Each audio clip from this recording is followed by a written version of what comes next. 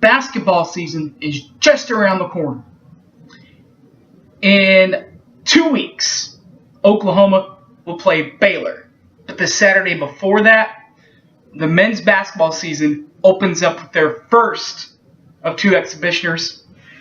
We'll talk about that. We'll talk about the home venues, the away venues. They even have a couple of neutral sites to be played this year. We'll talk about the newcomers and the key dates that I think are important as far as home games are concerned, and who I think will replace the only player that left this team as far as the starting lineup with Cam Clark. All the other returners are back, which is probably why this side of Oklahoma, the men's basketball program, is picked to finish as high as 3rd.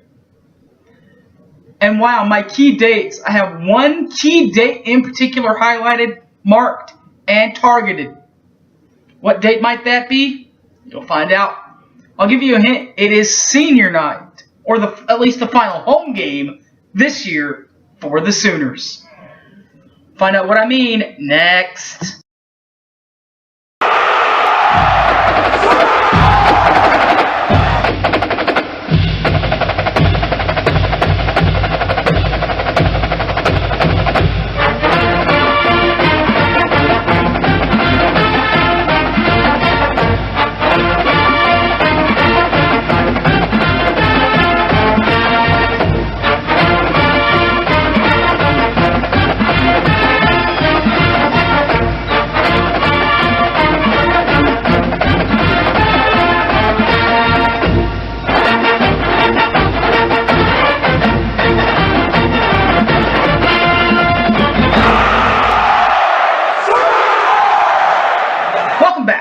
To the OU men's basketball preview breakdown. So, Buddy Money and Company. There are the key games, the marquee games, the scheduled games. Here are the scheduled games as they correspond. We'll start with the home games, and then we'll get to the away and neutral site games. The homers include a home opener, exhibition opener, against Washburn on November the 7th. 4 days later, on November the 14th, they'll play Southwest Oklahoma State University at the McCaslin Fieldhouse. Southeast Louisiana is on their way on November the 16th. They will then play Missouri on December the 5th. ORU December the 16th. Weber State will be in on December the 22nd, a day before my birthday, by the way. Don't have plans for New Year's Eve? Well, that's okay, because George Mason will be in town on December the 31st to finish out the home side of the non-conference. The conference home games, they start off on January the 3rd with a game against Baylor. They will then have a January the 10th matchup with Kansas State. The first of 2 Bedlam games will be on January 17th against Oklahoma State. Texas Tech will be in on January 28th. West Virginia will be in on February 3rd. February 9th is the Iowa State game. February 17th is Big Bad Texas and Rick Barnes. TCU will be in on the 28th. And Big Bad top seed Kansas will be the home finale on March the 7th. Now, this team is coming back as the second highest scoring team in the league behind Kansas. You'll have to look that up. Pretty high up there in the scoring ranks. So to get back there and to test yourself defensively, they've also put some pretty difficult non-conference games on here and a couple of neutral sites, as well as, of course, the conference games. The 2 non-conference games that are officially away from home, November 19th, Oklahoma will be on their way up to Creighton, Nebraska, up to Omaha to play Creighton, and they'll head up the turnpike to face Tulsa on the 13th of December. The conference games then start up. The conference games away from home, the team will be in Austin on January the 5th against Texas. They'll be in Lawrence on January the 19th and Waco on January 24th. Stillwater, Oklahoma on the 31st. Fort Worth, Texas on February 7th. They will be in the Little Apple on February 14th. On the 21st of February, they will be in Lubbock. And finally, on March 2nd, they will be in Iowa, Ames for Iowa State.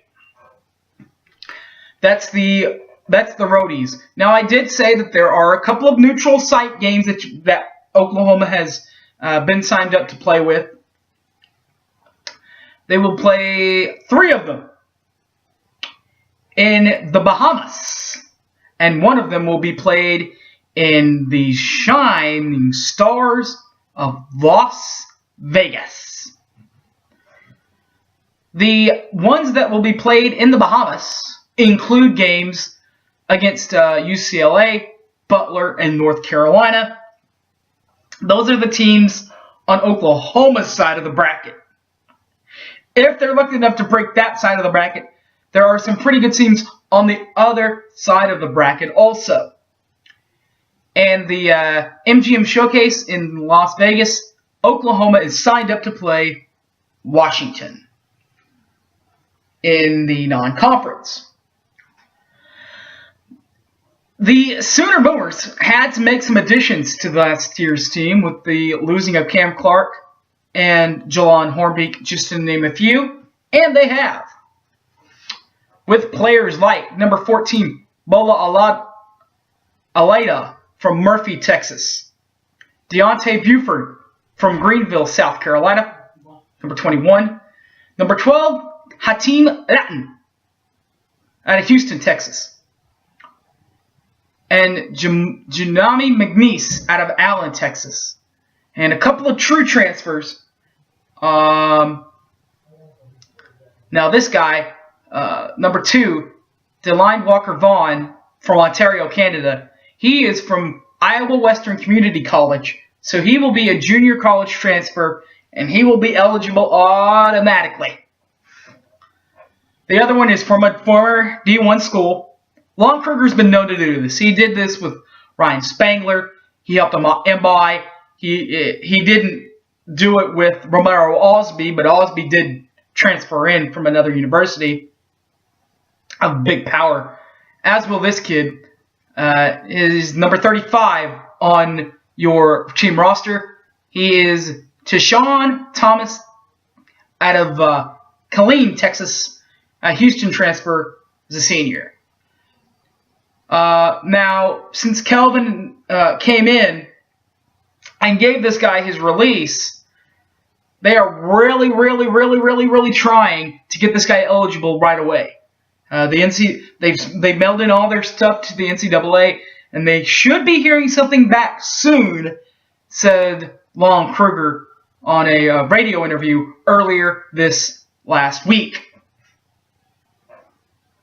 Some key home games to keep an eye out on. The home opener right here, Washburn. If you have your Baylor ticket for football,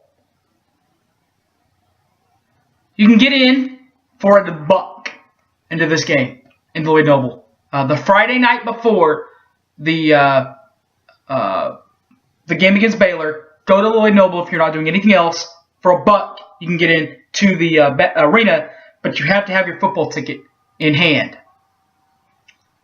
Another key game is Southwestern Oklahoma State University. Of course, as we've already mentioned, that game is played at McCaslin Fieldhouse. For that one, if you don't already have your ticket, you better get it quick, because that game's probably going to fill up pretty soon in that one. Speaking of games filling up pretty soon, Missouri from the SEC, they travel back to Big 12 country. In fact, they'll park it in Lloyd Noble the night before Bedlam. So before we go out and try to beat Oklahoma State, if you're not doing anything else that Friday night, come on out and see if we can hold off Missouri and as part of the SEC Big 12 Challenge this year. Speaking of Bedlam, Bedlam's the next game on the list. And, of course, Texas, the Red River rivalry. And then, as I mentioned, Kansas. Now, why do I put Kansas on there? These guys have won 10 straight Big 12 regular season titles in the Bill Self era. And he's only been there for 12 years. So the 2 years prior, he didn't get it. But after that, they've won 10 consecutive titles. That's better than what we do in football, people. And we're pretty darn good under Bob Stoops in football. But this might be our chance, baby. We're pretty good at home under Kruger. We're pretty good away from home under Kruger. We got to build ourselves defensively. But if we can do that and replace one starter off of our team, we're looking good, baby. All right, speaking of that one returner, one leaver. Of course, Woodard, Hield, Spangler, those guys are back.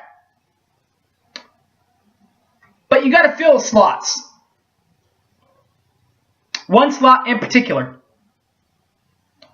I think Isaiah Cousins is going to be a star again. I think that he's going to have to be in that lineup. But I think if you really, really, really want to think about this, if you really want a guy that's going to come in that maybe not be able to put up the numbers that Cam did last year, because, wow, he put up some incredible numbers last year. But watch out for Austin Menken. I believe he's a sophomore, might be a junior now, out of Texas. When he was in Texas, he was a hard knocking three-point shooter. He's been working on that. If he can still do that, if he can do that at this level, we might be able to replace, and that he might be our fifth guy. Because as I said, the other four guys are no doubt on there. And I think you do have to put Isaiah in there. So, in my opinion, your starters, you cannot go away from who I feel like was the Big 12 freshman of the year, Jordan Woodard.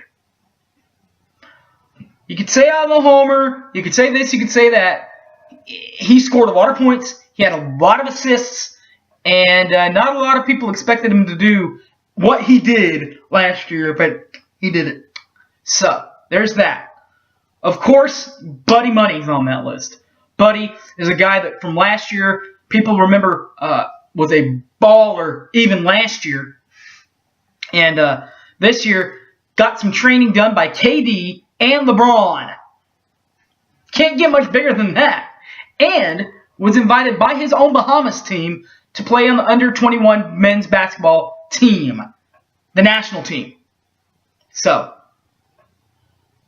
flickering lights go on there. Flash, flash, flash. The third guy that you have coming back, of course, Ryan Spangler. This guy, he's a double-double freak. And kind of like Woodard, not a lot of people expected him to do what he did, but he did it.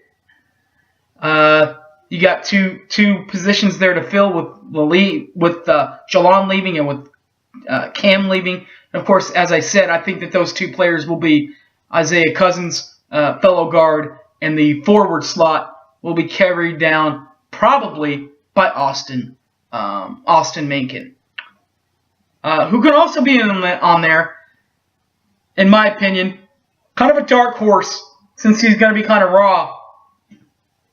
And plus, we do play with five guards. But if you want to kind of play with a four guard and a four power forward and a true power forward and a true center, what we can do is we can put the junior college kid from Texas, or the true freshman from Killeen, Texas, Kadeem Latin, in the game, and let him play some football, some basketball. He does have some pedigree.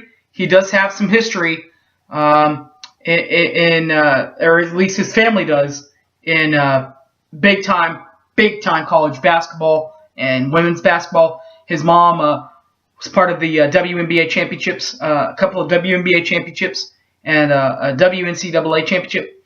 And his grandpa was a part of the. They weren't called UTEP at this time. They were called West Texas State. But when they beat Kentucky in the Final Four that year, he was a part of that. His granddad was a part of that team that sent those 5 guys out there. And so he's got some history there. He's got some passion.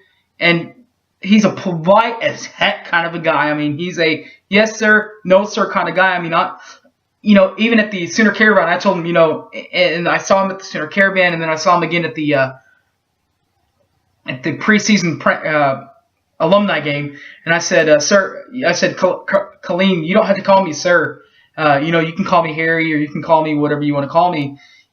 Sir makes me feel old. He says, I still have to call you sir because I respect you. And I feel like that's how he's going to accept Kruger. That's how he's going to accept this program, with massive, massive respect. And that's all I got to say on that. So, with that being said, I hope to see everyone out there for the men's basketball first exhibition home opener, for the exhibition opener against Washburn, and then the regular season opener against Southeast Louisiana State. Thanks for watching, guys. Everybody enjoy the rest of your college football time. And, of course, remember, college basketball is just around the corner. Thanks for watching, everyone. Remember to find me on Facebook, Harry James Taylor, or tweet me at SoonerFanOK. Thanks for watching, everyone. And as always, Boomer Sooner, everybody. Take care.